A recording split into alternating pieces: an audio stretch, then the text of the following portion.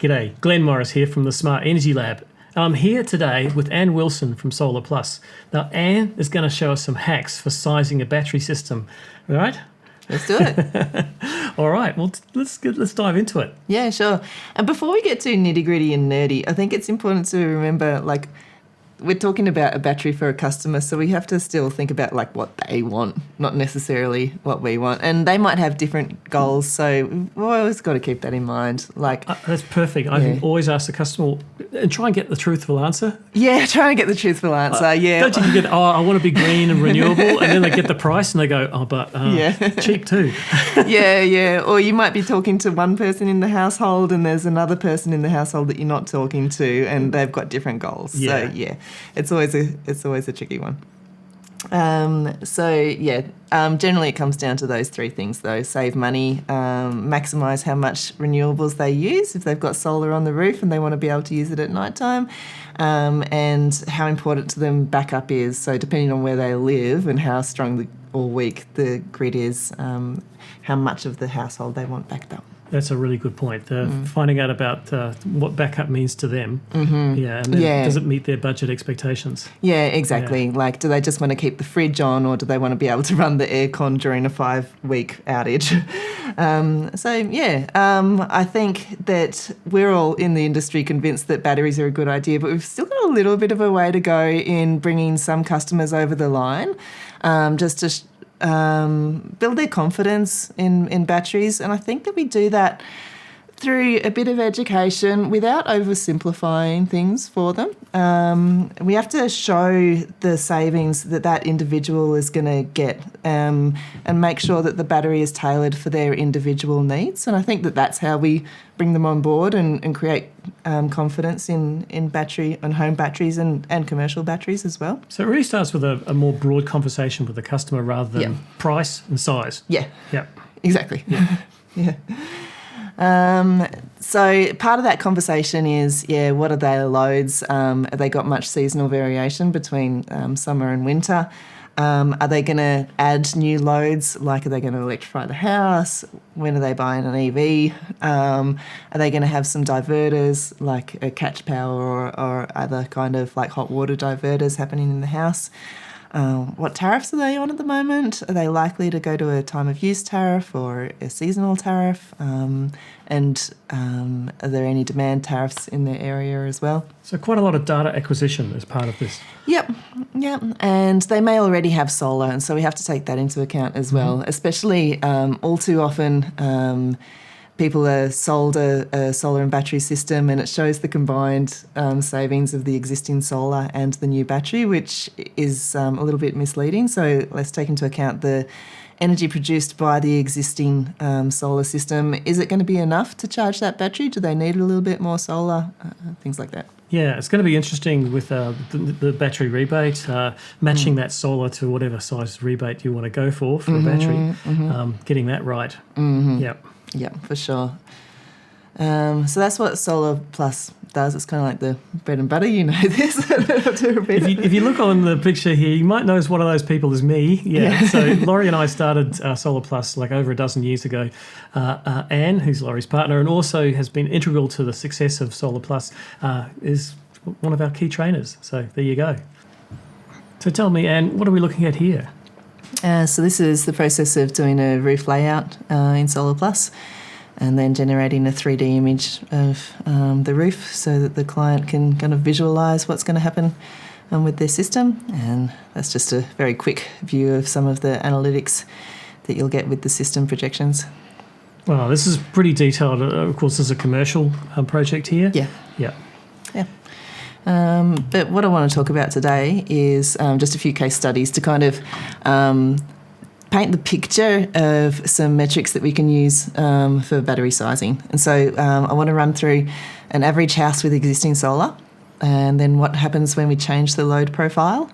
What if we increase the load, say they're electrifying, add new solar, what effect the battery booster or the cheaper home battery rebate's going to have, and what effect a VPP is going to have. What's VPP? A virtual power plant. Okay. And what on earth does that do? So that's basically where a third party will be able to control the battery and sell energy from the battery to the grid at times when the spot price of electricity peaks. So you can get much better savings from the battery. So different companies provide them. You might be familiar with Amber or AGL do one, a bunch of different companies do them. Oh, cool. Yeah. Okay, so we're just going to use as performance indicators just the simple payback period, the powered by renewables percentage. In other words, how much of the site load is covered by PV and battery, and simple hours of autonomy. So we're not doing something that an accountant would go for, net present value. It's just your basic, I saved $20, so that's the benefit. Yeah, I mean, I could calculate that, but I think for the purpose of comparison, it's just better to keep it simple for now. Well, I think most people think in that way, unless you're an accountant. Yes. All right. Yeah. So do you have a rule of thumb for batteries? Go big or go home. Okay. Fair enough. We're going to look at a couple of different guidelines. So people will be pretty familiar with solar self-consumption and using that as a guideline, and knowing that in certain areas, say a 60% solar self-consumption will give you a great ROI. And maybe people are familiar with using the PV to load ratio as a design guide. So especially for off-grid, you're probably used to saying, oh yeah, I want my PV to produce roughly double what my daily load is, as a rough design guide.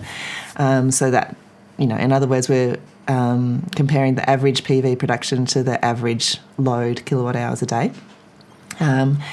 But then I want to introduce now the battery to load ratio. So that is the battery kilowatt hour capacity to the average daily load.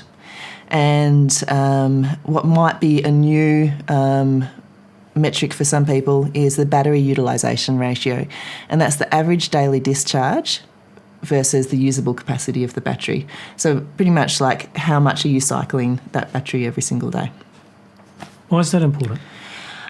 Because, the higher that is, the more you're getting out of the battery, right? So if you've got a battery utilisation ratio of 100%, that means that you're using 100% of the battery every single day. Yep. But if you've got a really big battery, but you're only pulling out of it 10% every day, you're not getting the most out of that battery. So you're not buying it as an ornament. Yes. Yeah. And batteries don't generate renewable energy, they just store it. Yeah, you've got to have the power available to put into it and the load to take out of it. Yeah. So, this is a scenario of a typical day. It's not an average day, but this is an actual kind of typical day in the life of a work-from-home family that are using 20 kilowatt hours a day. They've already got 6.6 kilowatt of PV on the roof, and they've gone for this kind of typical 10 kilowatt hour battery.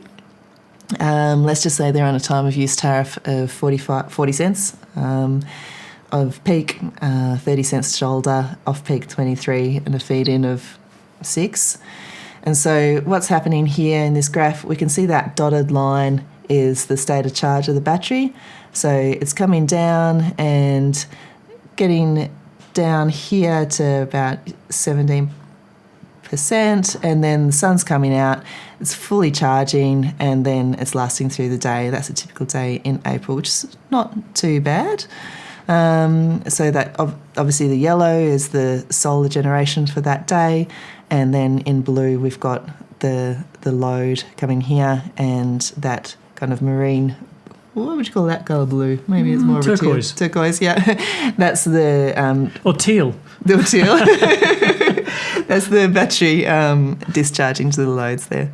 So would you want that grey battery charge to be the whole of the solar production? You'd want some of the solar to go directly to loads because that's efficient as well. So having a lot of your loads come on during the day, maybe by timers or diverters, if you can, Yep. So you don't really have to cover all of your solar production with a battery to capture it all? No. And you want to minimise essentially export because you're not getting paid hardly anything for it. Yep. So, any export that can go to a battery instead is good. So this system would be exporting in the afternoon? Yes. Yeah. Yep, it's just actually not shown. I've blanked that out in the in the graph just to simplify it a little bit. Yeah, I can see you can turn on all these different